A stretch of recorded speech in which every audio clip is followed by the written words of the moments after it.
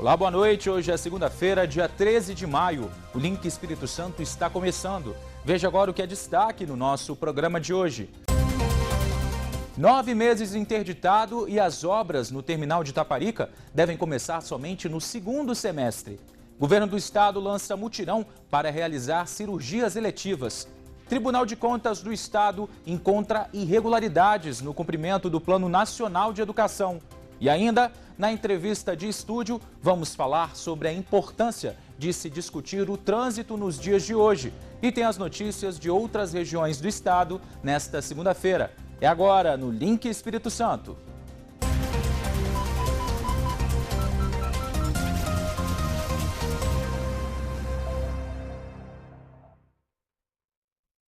Mais uma vez, boa noite para você que nos acompanha.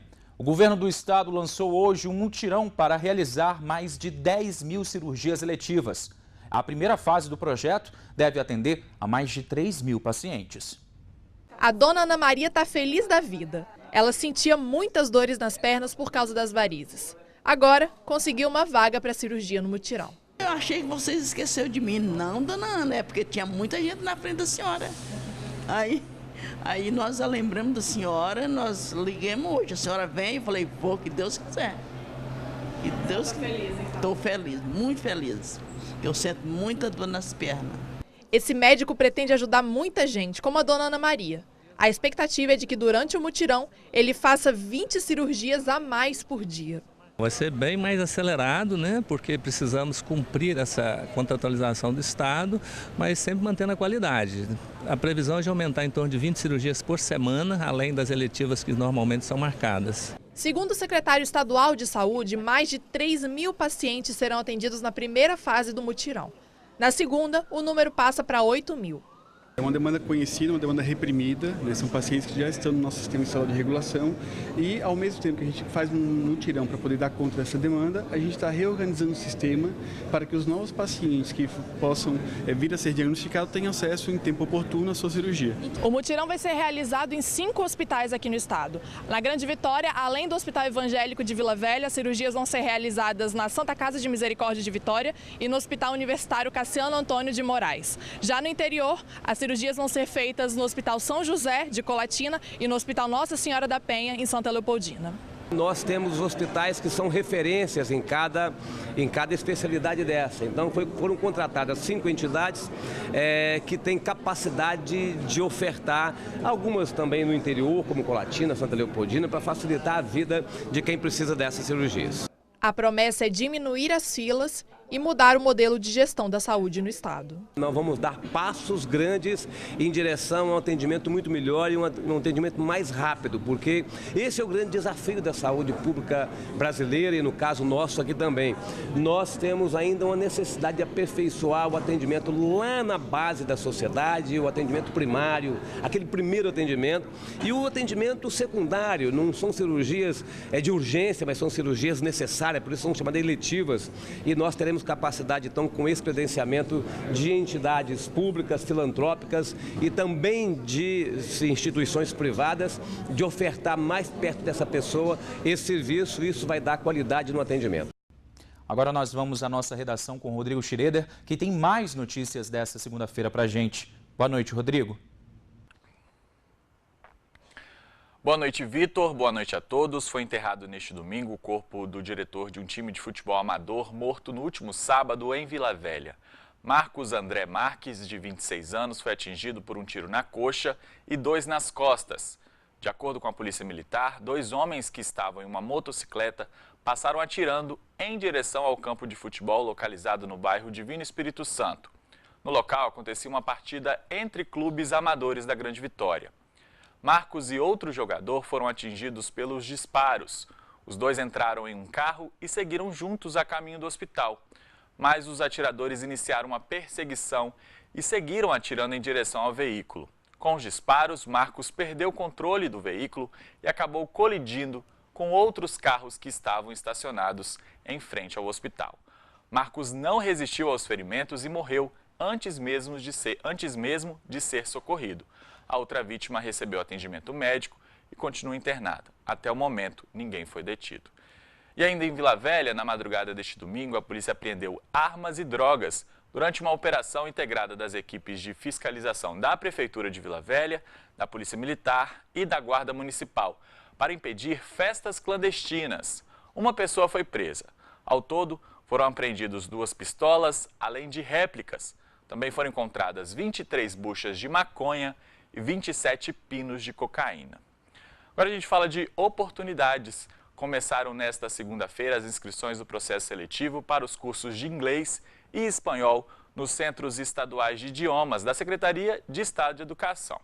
Serão 904 vagas destinadas aos alunos matriculados na primeira e segunda séries do ensino médio e da primeira etapa da educação de jovens e adultos da rede estadual. Os alunos devem ainda ter estudado todo o ensino fundamental em escola pública e ter bom desempenho nas disciplinas de língua portuguesa e língua estrangeira. Os interessados devem se inscrever até o dia 19 de maio no site sedu.es.gov.br. As vagas serão distribuídas nos centros de Cariacica, Vila Velha, Vitória, Linhares e São Mateus.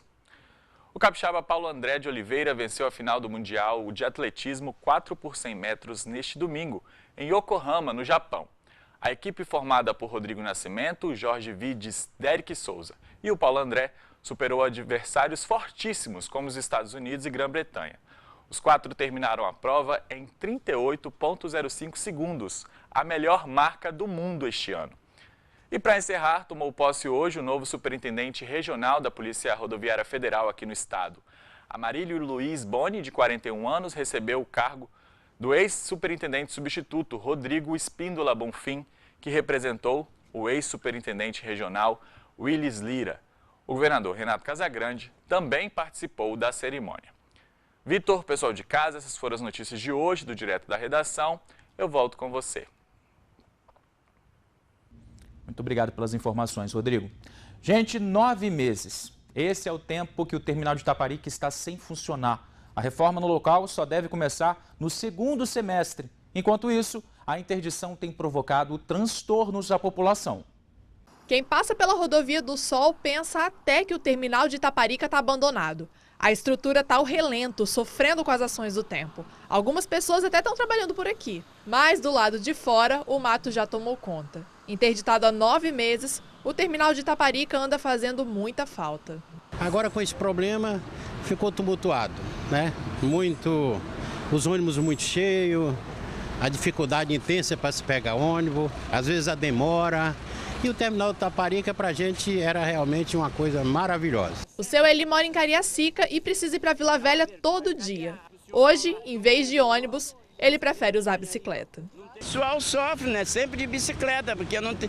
o ônibus é uma calamidade. Tem que ir lá para Vila Velha e voltar para os lugares da gente. A gente está nessa vida, essa vergonha desse terminal aí. É o mesmo caso desse pintor, que também está usando a bicicleta. Para quem trabalha, às vezes eu mesmo que trabalho para essa área ou para outras áreas também, né? Mas geralmente essas áreas aqui estão me fazendo muita falta. A vida de quem dependia do terminal de Itaparica não tá fácil. Foram 30 linhas transferidas para os terminais de Vila Velha e do Ibis e também para a rodoviária que fica aqui do lado. Mas o IOPS disse que o novo projeto do terminal de Itaparica já está em fase de análise e que as obras devem começar no segundo semestre desse ano.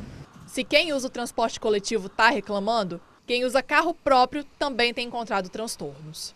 O trânsito ali na região do terminal de Vila Velha complica, porque os ônibus eles não têm lugar de estacionar, então eles ficam se acumulando ali no entorno, às vezes até oferecendo algum perigo no trânsito. E a reclamação do seu Francisco não é a única. Bastante gente reclama do trânsito, principalmente em horário de pico.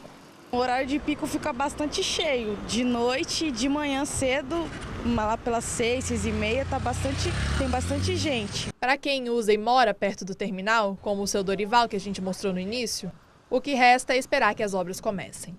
Aparentemente anima, mas aquele terminal não era para ser danificado em pouco tempo de obra. Faltou uma fiscalização municipal, estadual, federal, as obras precisam ser fiscalizadas. O link agora vai para um rápido intervalo e na volta a gente mostra que o Tribunal de Contas encontrou irregularidades na aplicação do Plano Nacional de Educação em municípios aqui do Espírito Santo. Link Espírito Santo, sempre ligado em você.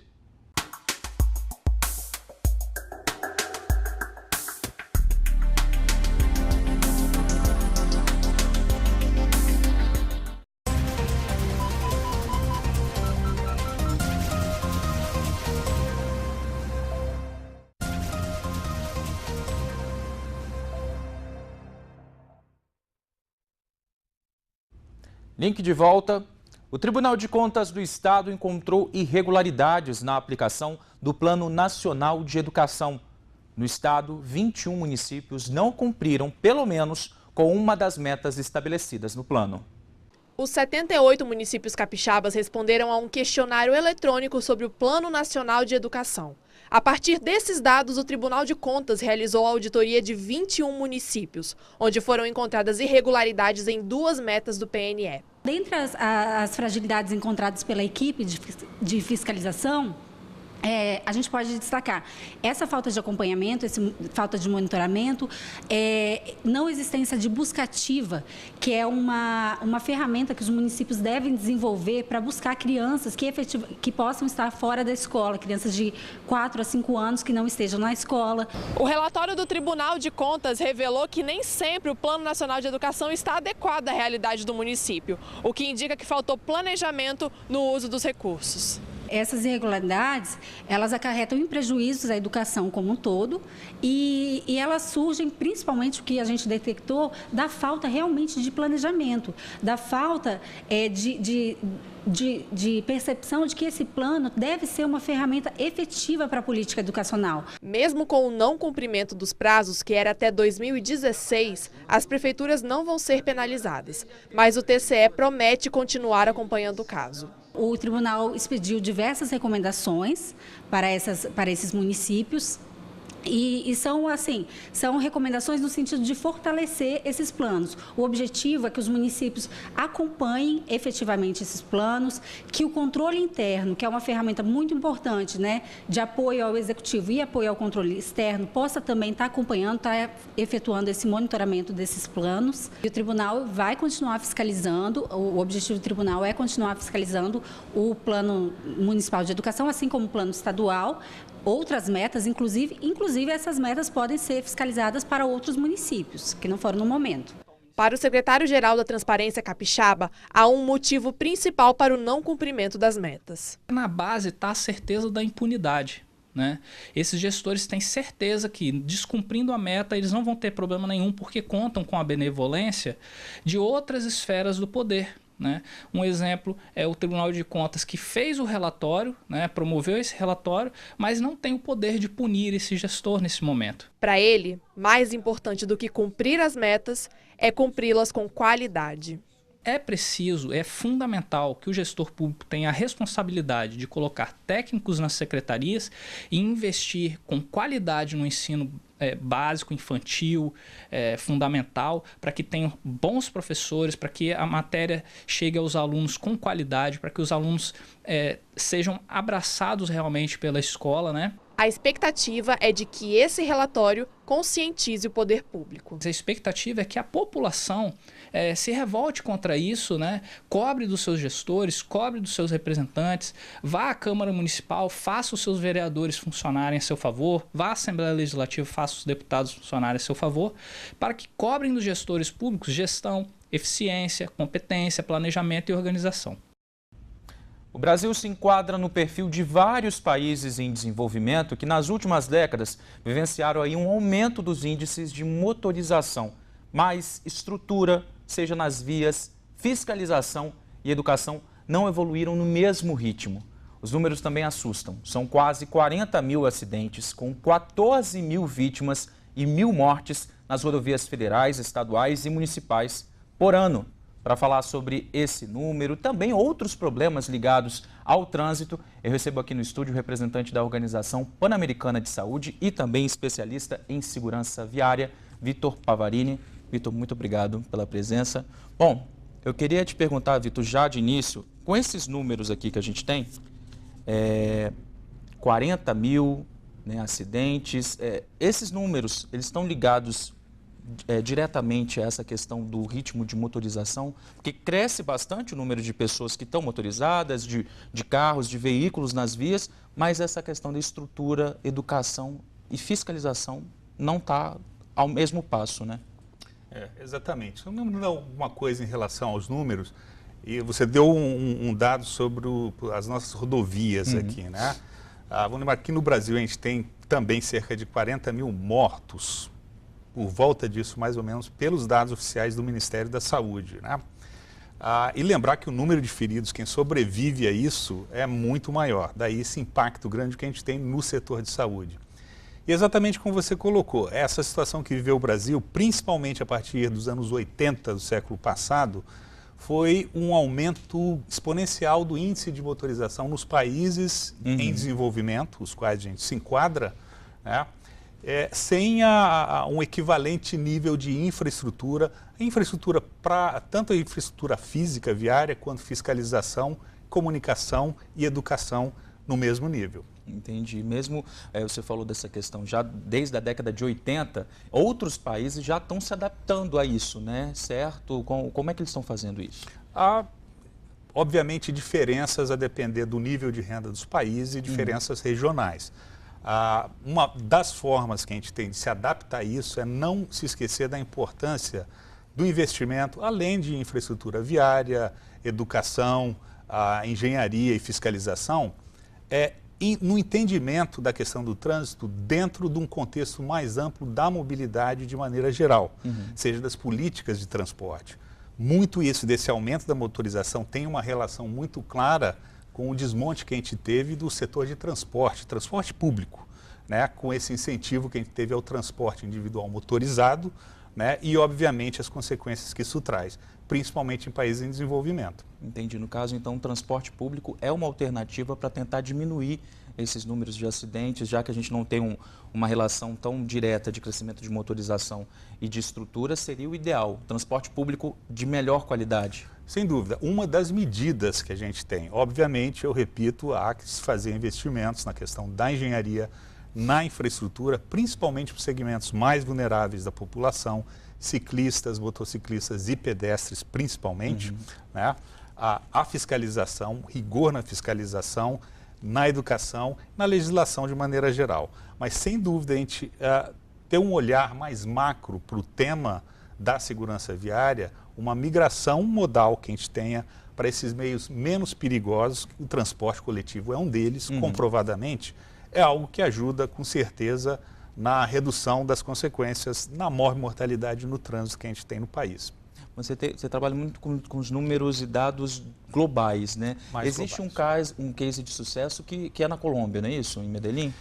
Medellín é um caso muito interessante para a gente pegar alguma coisa da nossa região aqui, da Organização Pan-Americana da Saúde, que foi um caso de sucesso em que se trabalhou não só a questão de transporte, mas de desenvolvimento social. Foi dar um acesso, principalmente para regiões carentes que você tinha, ainda tem em Medellín, a um transporte de qualidade, interligando essas questões, a questão social que representa o transporte com a questão de segurança viária. É algo para a gente se mirar. Entendi. Aqui na América do Sul, coladinho, né? Bom, Victor, um dado também alarmante é com relação ao crescimento de acidentes com motociclistas. Explica para a gente esse número, mais ou menos quantos acidentes e por que cresceu tanto? Isso essa relação que a gente começou dos índices de motorização em final dos anos 80, também se refletiu um pouco mais adiante, principalmente a partir dos anos 2000, em relação ao crescimento, não só no Brasil, mas na região das Américas de maneira geral, principalmente a América Latina, a América Central, a América Latina, com esse incentivo que se teve à motocicleta, ao uso da motocicleta. Em função de uma série de facilidades que ela traz, seja por conta do acesso muito fácil à compra dele, a facilidade de trafegabilidade que se tem nas cidades, né? E uma relação muito clara, a gente tem que lembrar, com aquilo que eu coloquei do desmonte do transporte público nesses países, né? E isso acabou sendo uma alternativa que, principalmente segmentos menos privilegiados da nossa sociedade, tiveram que lançar mão para a sua mobilidade. Então, no caso, a motocicleta, por conta disso, mais fácil, mais rápido para poder chegar, aumentou o número, mas também o crescimento aí de acidentes está diretamente ligado, né? De acidentes e das consequências dos acidentes, uma vez que é um tipo de transporte muito vulnerável. Uma coisa é você estar dentro de um carro com barra de proteção lateral, airbag, entre outras coisas. Está numa caixa ali metálica que te protege de alguma maneira, né?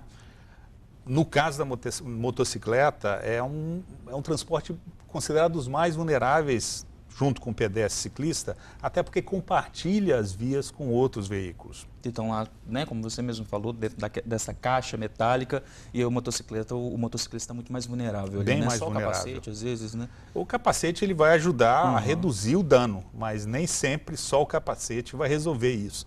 Tem danos nos membros inferiores, superiores e assim por diante. Bom, hoje Vitória está contando aí com o serviço de patinetes elétricos, uma opção de mobilidade, mas os casos de acidentes desse tipo de modal estão crescendo, né, Vitor? É fato, a gente vê isso em cidades da Europa e nos Estados Unidos, onde começa a ser bastante problemático, com consequências significativas que a gente está vendo já nas áreas de atenção emergencial nos hospitais, né?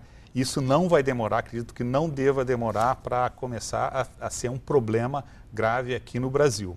Pois é, essa questão veio como uma forma de ajudar, né, uma opção de transporte e está tendo também esse perigo aí, né? Tem que se pensar, qual que seria a melhor forma para poder contar com esse serviço, mas não ter tantos acidentes, você analisando assim? É verdade, como qualquer tecnologia nova, se bem que não é uma tão nova tecnologia, a gente tem patinete desde os anos 50, que eu me lembro aqui, conta com uma matriz energética diferente, é elétrico, né? O que é a novidade, nos parece, é esse modelo de compartilhamento que está dando um acesso maior para isso que se chama de micromobilidade.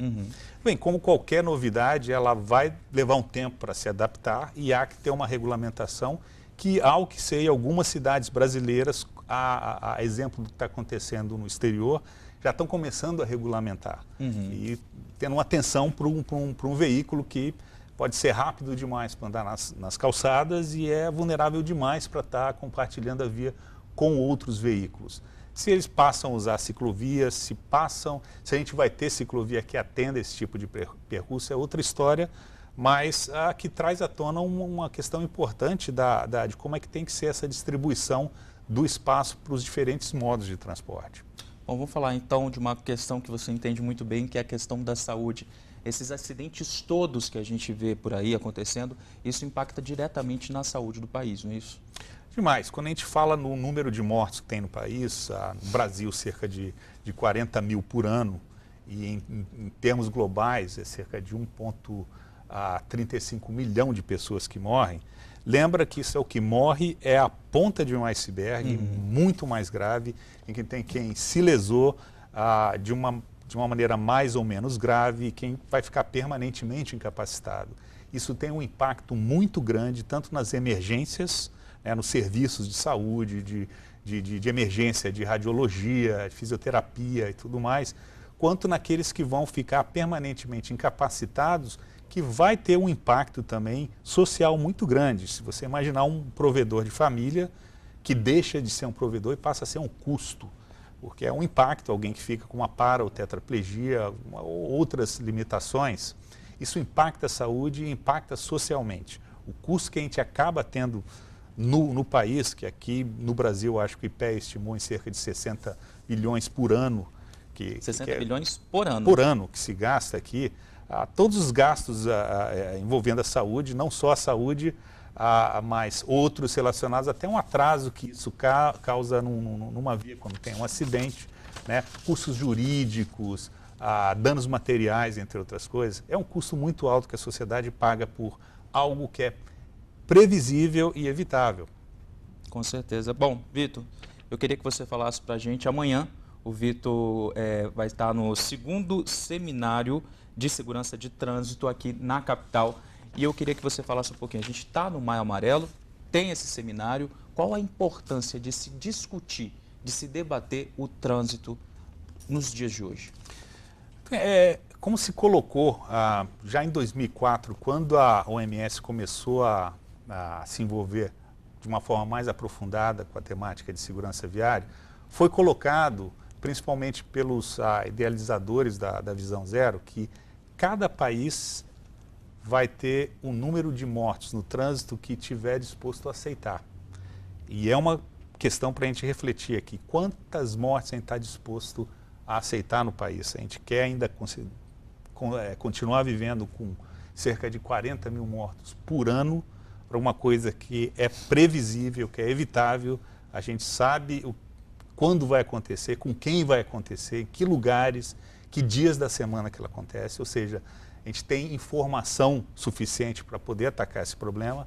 É uma questão de determinação política e social que a gente tem que ter no país. Da importância dessa discussão, para o qual eu agradeço esse convite que é feito pelo Movitran, pela FETransporte, por todo mundo e os parceiros, pelas secretarias de saúde, tanto aqui do estado quanto do município, que estão envolvidas nessa temática aqui. E parabenizo essa iniciativa que tem que ter, não só em maio, como o resto do ano. Com certeza. Passou da hora da gente aguentar mais de 60 bilhões no país por conta desses acidentes, né? A gente tem que pensar, afinal de contas é vida que a gente está falando, né? Vamos pensar também nos custos sociais e pessoais que a gente tem, no impacto, aquilo que a gente não dá para medir com dinheiro, né? O que significa perder um pai, um filho, uma filha, um ente querido. Com certeza. Vitor, muito obrigado. Nosso espaço está sempre aberto para a gente falar desse tema tão importante. Obrigado. Eu que agradeço. Bom, o link agora vai para um rápido intervalo. Na volta você vai conferir outras notícias de outras regiões do estado nesta segunda-feira. Não sai daí, é um instante só.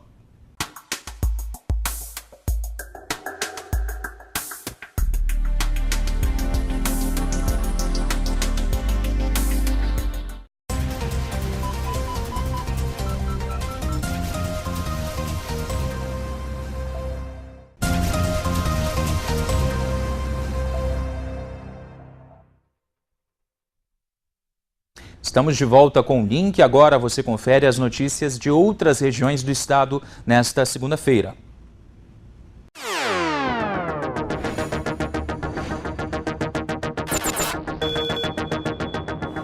Olá, boa noite para você que acompanha o Link Espírito Santo, começando mais uma semana e o nosso giro aqui por Linhares, no norte do estado.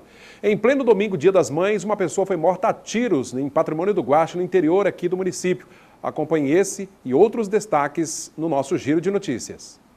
Por volta das 23 horas deste domingo, a Polícia Militar foi acionada com a informação de que na rua principal de Patrimônio do Guache, interior de Linhares, havia ocorrido homicídio.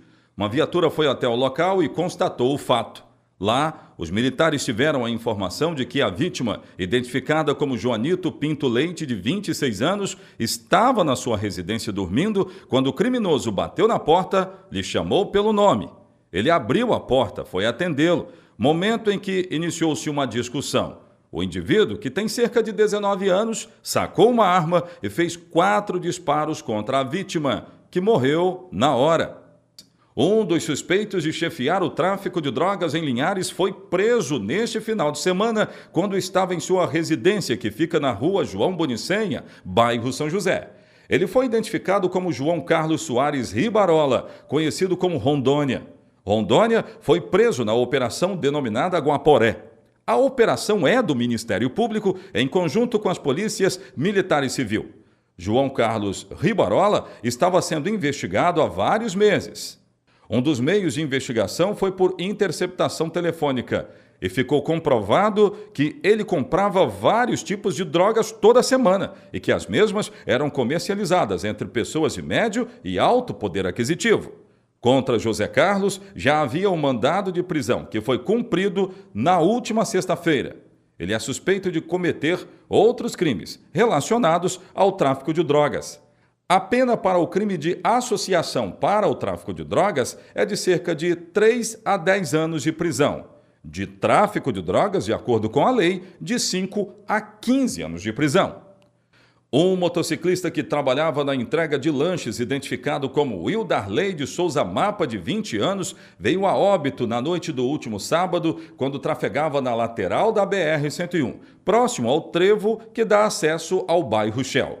De acordo com peritos da Polícia Civil, a suspeita é de que ele tenha colidido com o meio-fio, perdido o controle do veículo e colidiu com um pé de palmeira, que fica no canteiro da 101. O corpo do entregador ficou próximo da palmeira e a moto ficou a uma distância de pelo menos 30 metros. Policiais rodoviários federais estiveram no local, assim como uma equipe de socorristas da concessionária Eco 101. A perícia da Polícia Civil encaminhou o corpo para o serviço médico legal, que após ser reconhecido por familiares, foi liberado para sepultamento.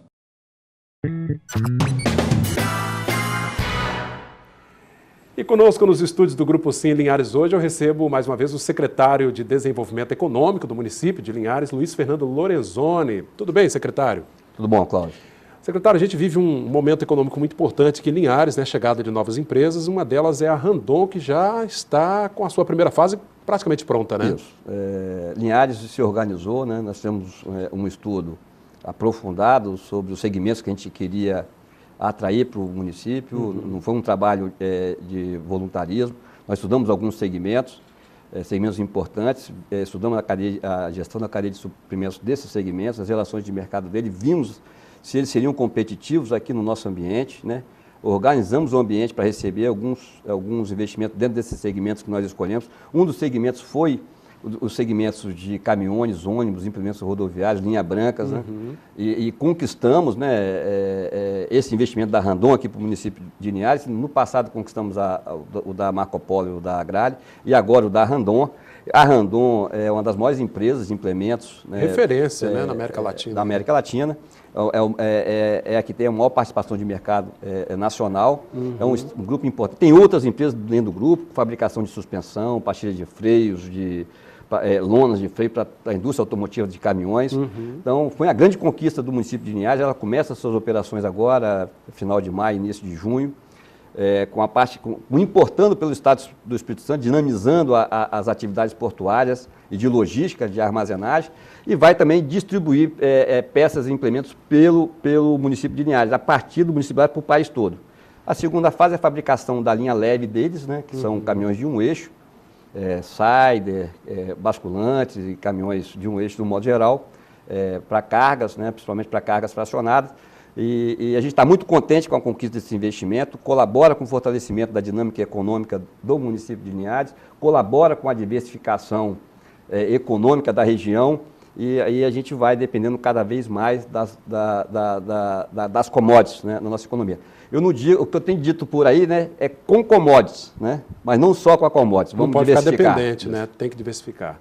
Bacana, excelente notícia, né? Junto com isso, paralelo a esses investimentos, as obras de infraestrutura tão importantes que o secretário já citou aqui, e a gente torce aí que mais empresas venham se instalar aqui no município de Linhares, né, secretário? Nós estamos trabalhando para ter um ambiente competitivo, não a nível municipal e estadual, nós estamos trabalhando para ter um ambiente competitivo a nível internacional. Bacana.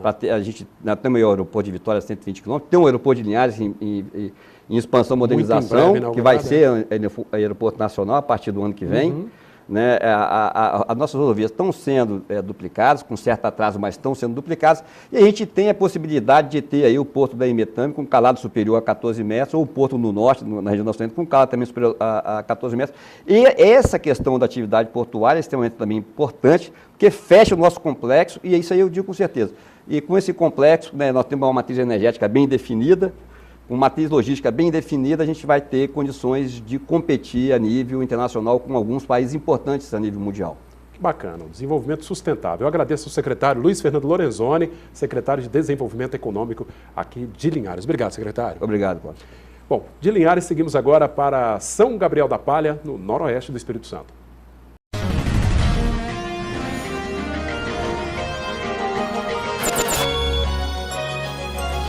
Boa noite. Vamos às notícias que se destacaram nesse fim de semana aqui em São Gabriel da Palha e região do Link Espírito Santo. A Câmara Municipal concede títulos de cidadania gabrielense em sessão solene. A sessão foi presidida pelo vereador Braz Monfardini, atual presidente da Câmara, e contou com a presença da prefeita Céia Ferreira, a deputada federal Soraya Manato, o assessor da Presidência da República, Carlos Manato, o chefe do Tiro de Guerra 01015 e o delegado da Polícia Civil, Rafael Calimã. No total, 25 pessoas entre homens e mulheres que não nasceram em São Gabriel da Palha, porém moram na cidade e contribuíram com o desenvolvimento econômico, cultural e social do município. Com o recebimento da cidadania, eles passam a ser gabrielenses por decreto. Durante seu discurso, a prefeita Céia Ferreira falou aos homenageados e falou da importância de cada um no processo de construção do nosso município. pessoas dos mais amplos e diversos segmentos representados na nossa sociedade e parabenizou a todos pela honraria recebida no ato de reconhecimento dessa Câmara de Vereadores, disse a prefeita em seu pronunciamento. Ainda falando sobre notícias aqui de São Gabriel, aconteceu nesse fim de semana a comemoração dos 56 anos de emancipação do município. O aniversário da cidade já não era comemorado há 5 anos. A programação do evento contou com as apresentações nacionais de Eduardo Costa na sexta-feira e Luan Santana no sábado, além das atrações regionais. O secretário de Cultura, José Augusto Neto, falou como foram os preparativos para a abertura do evento. Essa festa foi preparada há 1 ano, com muito carinho. A comissão de festa vem se reunindo há 2 meses para preparar isso que vocês estão vendo. Uma festa para a família gabrielense. Afinal de contas, são 56 anos, merece ser comemorado em grande estilo e é assim que nós estamos fazendo. A prefeita quis assim e assim está já a festa. Os comerciantes e o povo gabrielense, de um modo geral, estão super satisfeitos com o evento que está sendo realizado em São Gabriel da Palha. Os gabrielenses e muitos visitantes das cidades vizinhas compareceram à festa. Cerca de 80 mil pessoas, de acordo com informações da Polícia Militar, estiveram presentes no Parque de Exposições durante os 3 dias de comemoração. O local esteve preparado com segurança reforçada. Corpo de Bombeiros, equipes de segurança particular, Polícia Militar, Defesa Civil, Guarda Municipal e equipes de saúde. A prefeita Céia Ferreira esteve presente nos 3 dias de festa e também se mostrou satisfeita com o resultado. Ontem nós abrimos, com chave de ouro, com o povo presente, o Parque de Exposições lotou. Então, assim, fizemos uma queima de fogos maravilhosa para abrir, os eventos. Tudo transcorreu na maior tranquilidade. A gente tinha preocupação quanto à chegada, dos visitantes e dos próprios gabrielenses, questão de estacionamento, segurança, tudo funcionou perfeito. Nós só temos elogios para fazer para toda a comissão, para todas as pessoas que trabalharam, para o povo gabrielense que veio e os visitantes que vieram para de fato festejar. Esses foram os destaques do fim de semana de São Gabriel. Continue agora com mais informações de Colatina.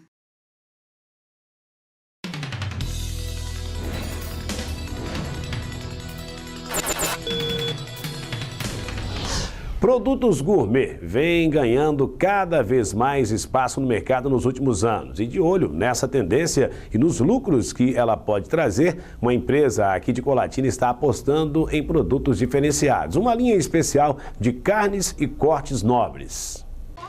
O churrasco é paixão nacional. Seu Diomar é fã e não perde uma oportunidade para acender a churrasqueira. Gosto, costumo fazer sempre que possível, Quando a gente faz alguma comemoração, a gente sempre faz. E para atender esse público, agregando valor aos produtos, empresas do segmento em Colatina vêm apostando em produtos diferenciados, seguindo a tendência que está em alta, a famosa gourmetização, que já pode ser percebida em itens básicos do dia a dia, como, por exemplo, a carne.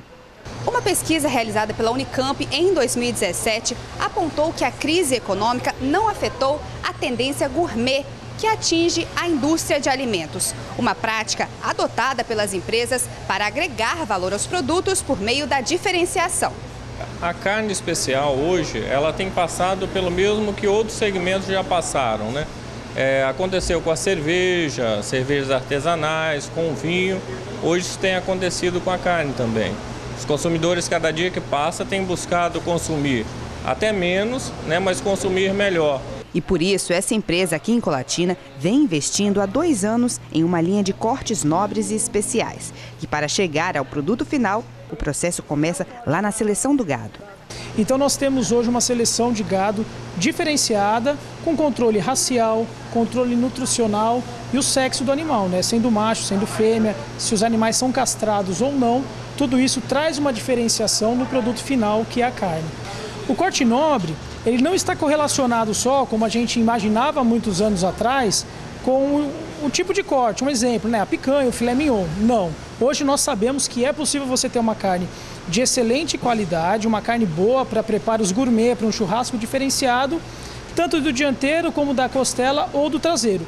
Isso depende muito do tipo de tratamento que nós fazemos nesse animal, qual é a idade desse animal e o preparo nutricional que ele tem. E se engana quem acha que é preciso pagar mais caro por isso. Ele explica que é possível até fazer economia. Hoje é possível você fazer um churrasco de excelente qualidade com corte do dianteiro. Um exemplo, coração da paleta, a raquete.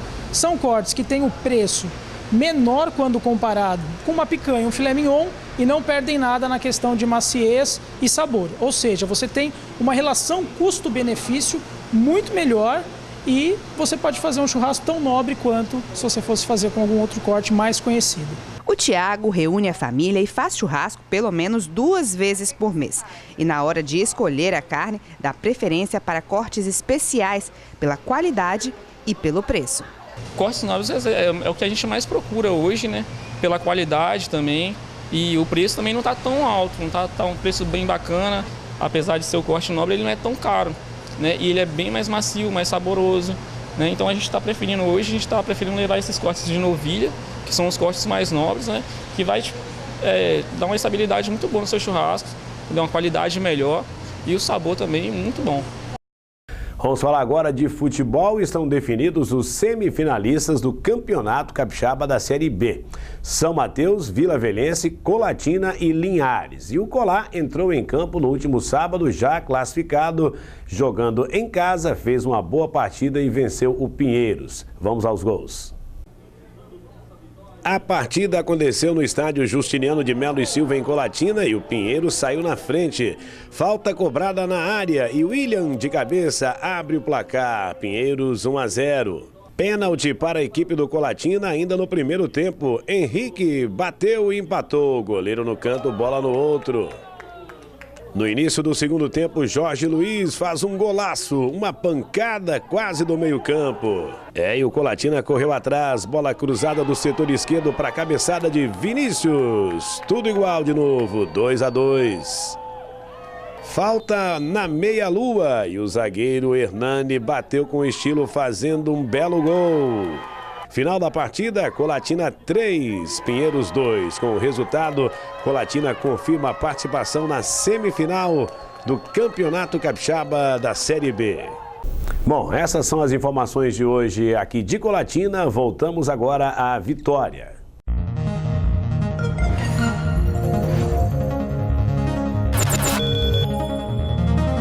Vamos para um rápido intervalo e na volta você continua a acompanhar as notícias de outras regiões do estado. Não sai daí que é um instante só.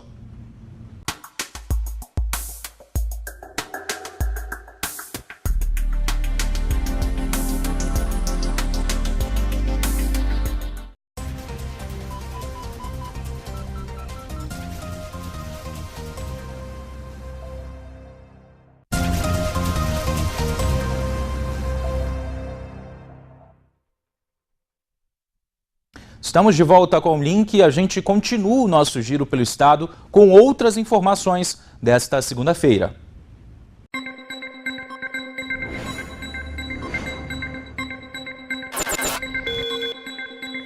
Olá, boa noite. Nos destaques de hoje, protesto realizado pelo Grupo Social Coletivo de Mulheres em São Mateus reuniu dezenas de pessoas na véspera do Dia das Mães, no ato de luto pela violência contra as mulheres. Regiane, Priscila, Edna, Marielle e tantas outras foram lembradas na manhã de sábado.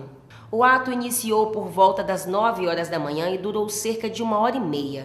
Pessoas que passavam pelo local foram atraídas pelo movimento e apoiaram a manifestação, que teve momento de roda de conversa e oração pelas vítimas de feminicídio do município do país. Com direito a gritos de olé, a Associação Atlética São Mateus fechou com chave de ouro a primeira fase do campeonato estadual da 2ª divisão. O time mateense venceu o Linhares por 3-0 na tarde deste sábado no estádio do Sernambi. Os gols da vitória foram marcados na segunda etapa. O zagueiro Jonathan abriu o placar de cabeça. O atacante Marquinhos ampliou para 2-0 em chute, encobrindo o goleiro Gabriel. O placar foi fechado com outro golaço, marcado por Bombom. Após bela jogada de Marquinhos, o meia mostrou categoria e chutou a bola no ângulo. O resultado também mostrou a estrela do técnico mineiro, que venceu as 3 partidas no comando da equipe. O fato lamentável do jogo foi uma torcida organizada do Linhares. Ela chegou com a partida em andamento e os integrantes tentaram derrubar o alambrado que separa os torcedores visitantes dos torcedores da casa e gritavam que queriam briga. Eles foram impedidos por seguranças enquanto a polícia militar se dirigia ao local. Os policiais fizeram a revista e depois retiraram a torcida organizada linharense do estádio. A ação dos militares foi aplaudida de pé pelos torcedores mateenses. Como fez a melhor campanha na primeira fase, a associação tem a vantagem de fazer a segunda partida da semifinal em casa. O primeiro jogo contra o Vila Velhense está previsto para sábado, no estádio Gil Bernardes, em Vila Velha. Os mateenses ainda têm a vantagem de ficar com a vaga caso os 2 times terminem a fase final com o mesmo saldo de gols. O outro confronto será entre o Sport e Linhares, sendo a primeira partida em Colatina. Esses foram os destaques de hoje. Vamos agora até o município de Aracruz.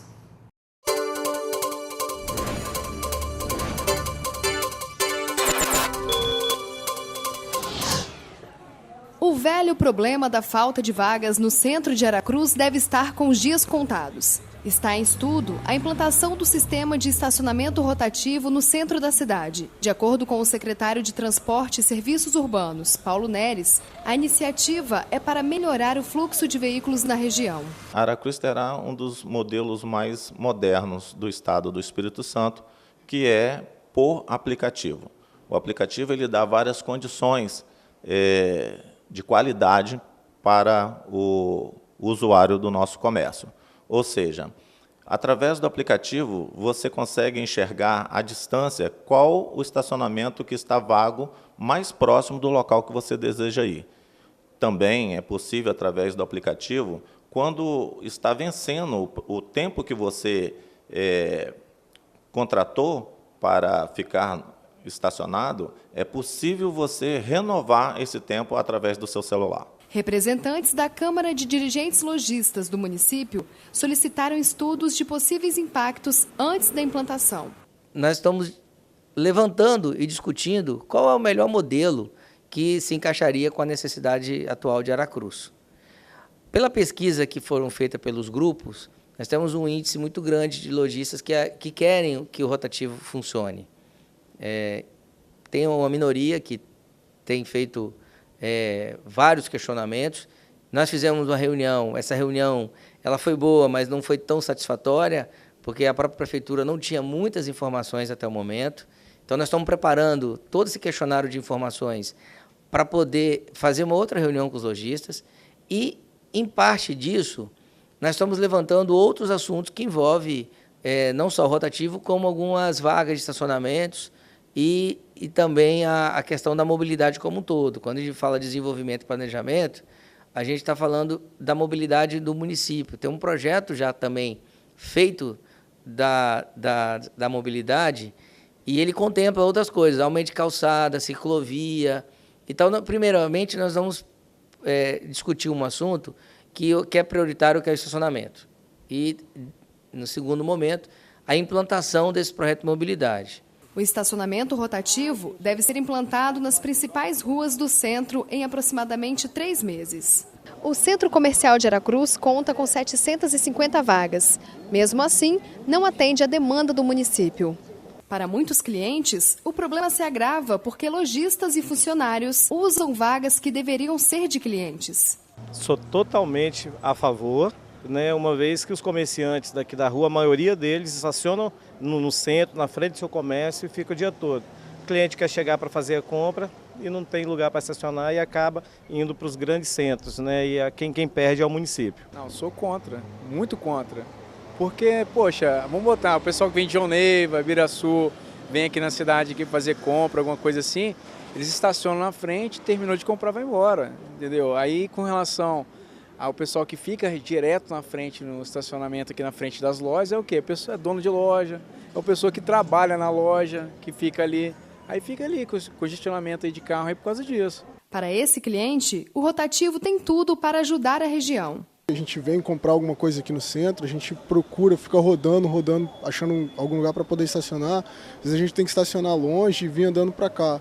Acho que se a gente colocar um estacionamento rotativo, você vai ter uma rotatividade melhor dos carros ali, vai ter uma movimentação ajudando até mesmo na logística aqui no centro da cidade, não ficando um monte de carro, às vezes estacionado errado aí, ocupando espaço onde não devia. Acho que sou a favor.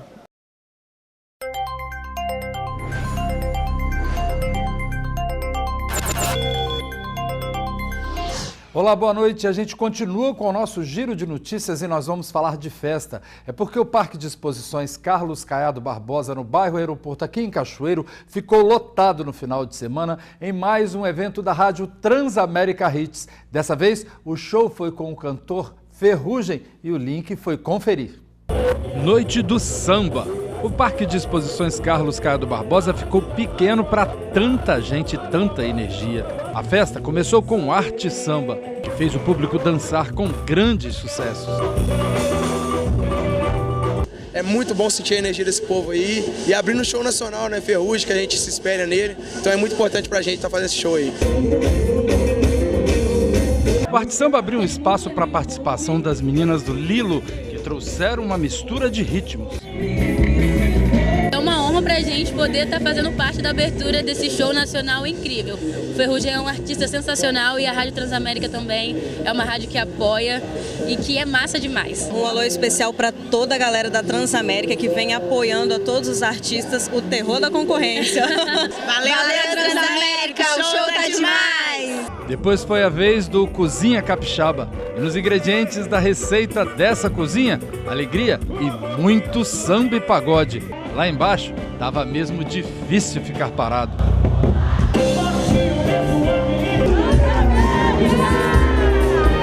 Transamérica Cachoeiro, galera, vamos levantar o braço. Entre um show e outro, a Transamérica interagiu e se divertiu com o público que estava ansioso para ver o carro-chefe da noite, considerado já como o príncipe do samba e do pagode. Eu achei ótimo, espero ouvir as músicas que eu gosto, com os amigos que eu estou.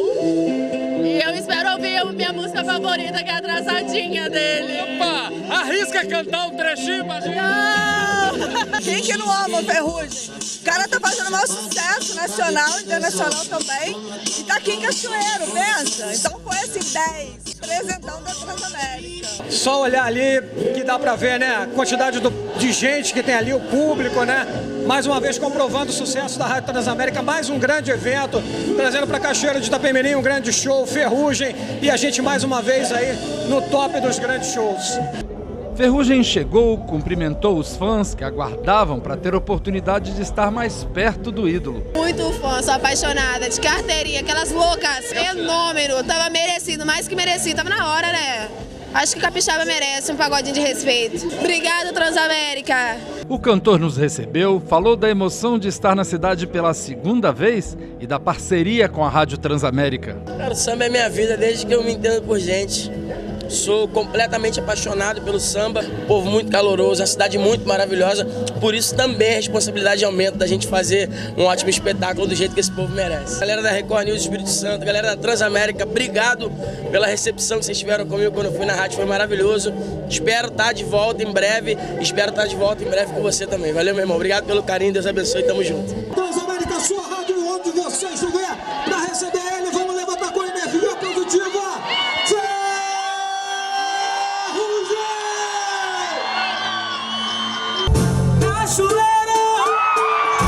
Ferrugem entrou fazendo o que ele faz de melhor em suas canções, que é falar de amor através do samba.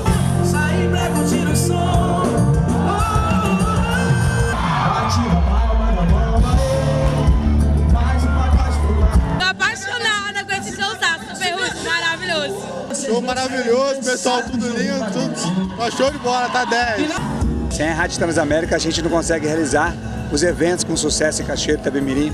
Quero agradecer o povo, o público que está aí presente, que veio prestigiar Ferrugem nessa noite maravilhosa. Os nossos eventos começaram ano passado, com Gustavo Lima, Henrique Juliano, Dilcinho, e hoje tem Ferrugem aqui no Parque de Exposições, e a galera curtiu, e todo mundo curtiu de montão esse super evento com Ferrugem pela primeira vez no Parque de Exposições. E ó, vem muito mais por aí.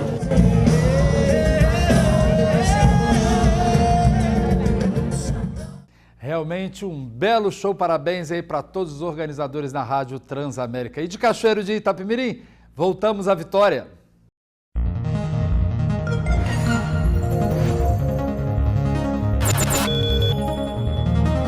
O link de hoje fica por aqui. A você que nos acompanha, muito obrigado pela audiência. Mais notícias você confere acessando o nosso jornal online, sinoticias.com.br. Record News, informação para você crescer.